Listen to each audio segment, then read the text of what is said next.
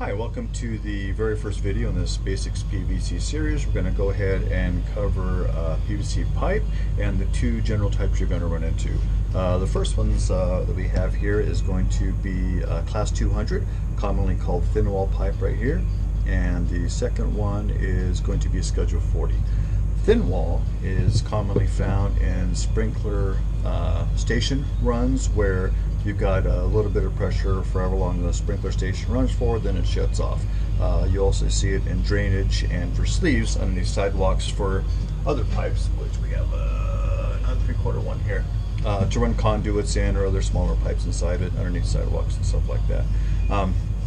This pipe you generally do not need a primer on. It's not a very critical run. If you got a small leak in a sprinkler somewhere, worst is going to happen, you're going to water something a little bit more. So it's definitely not a non-critical run. This is the Schedule 40, and this is what you're probably going to want to use if you're running main lines that feed your solenoid valves for your sprinklers that have constant pressure on it. And primers recommended for this. We'll go over that in the glue series on how to apply that and a couple little tricks to do that. These are the two thicknesses. This is 2 layers of the Class 200 thin wall, and this is a single layer of the Schedule 40. If you lay these down flat, you'll find that 2 layers of this is slightly thinner than the single Schedule 40. So just for FYI. Let's go ahead and we're going to go ahead and move on to the basics of cutting pipe and a couple different ways to do that. Okay, next we'll get into some methods of cutting. This is my preferred method of cutting is a hacksaw. The base tighten right here is what I prefer. You can definitely regulate the tension on the blade here, which is really important to do. Some hacksaws have like a little clip, you put the hacksaw blade on there, predetermined amount of tightness you clamp it on. Those seem to not work as well because of the amount of force that you put on the downstroke when you're cutting pipe like this. Teeth always face forward when using a hacksaw. When you're using your hand, it's just a blade, you want it backwards. We'll go over that in a second when we cut some pipes over there. This is what I like, the feature of the storage for hacksaw blades here. It's very handy, you don't have to worry about losing them, setting it somewhere. The other feature that's really handy in this is the ability to go ahead and kick it out a little bit. You can tighten this down like this, and you can tighten that down, and you can get into areas like next to the concrete where the hacksaw frame won't fit, and you can cut it like so. It comes really handy a lot of times.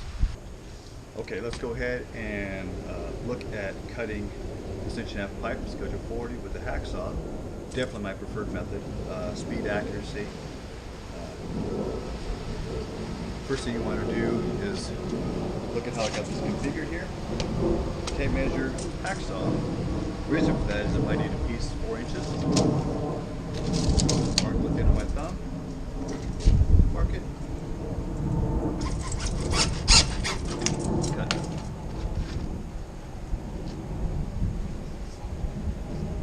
Okay, so let's slow this down. First thing is measuring. Right.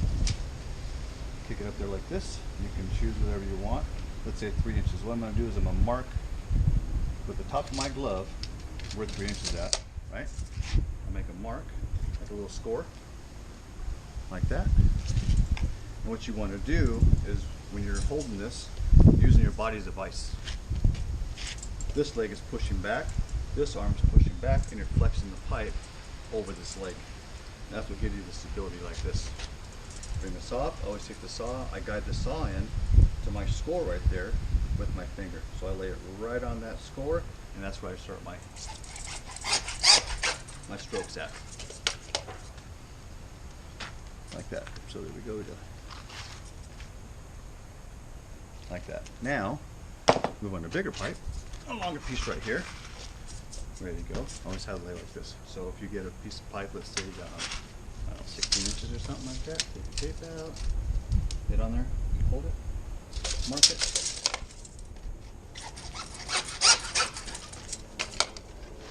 Just like that. Smaller piece is a little easier to manage. Another modification to this is if you're cutting this right here, you can actually go all the way however long you want. Keep this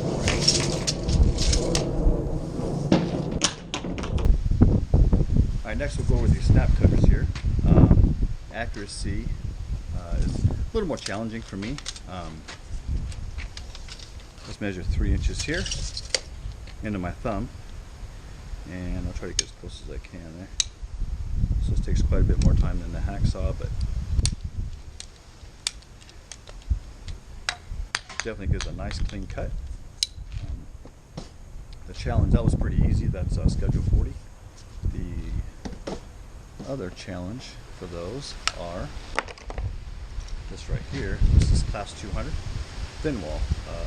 Common problem in using snap cutters on these is what happens, it's so thin it wants to flex the pipe here, and it doesn't want to go ahead and make the initial cut, so you can ratchet it. So what you do is grab this tight, give that a good twist like this. What it does, it bites into it, and you can finish your ratchet. One more time. Won't go in. Give it a good twist, and you can finish your ratchet. Like that, a little tip. And that's about it for cut pipe. We're going to go ahead and move to a different method over here. It can help you brace it instead of practicing that. That's probably a little difficult to do that. So we'll go ahead and look at this method real quick. Okay, this is the method of using a joint in concrete to cut pipe, or you can cut it like this off the joint too. This makes it a little bit easier to hold so it doesn't move. You want to either put your foot on it like this or your knee, and again, make your measurement. You can mark it with a pencil, whatever you need to do, and then you can go ahead and lean on putting a lot of weight on this foot right here and just kind of brace it with this.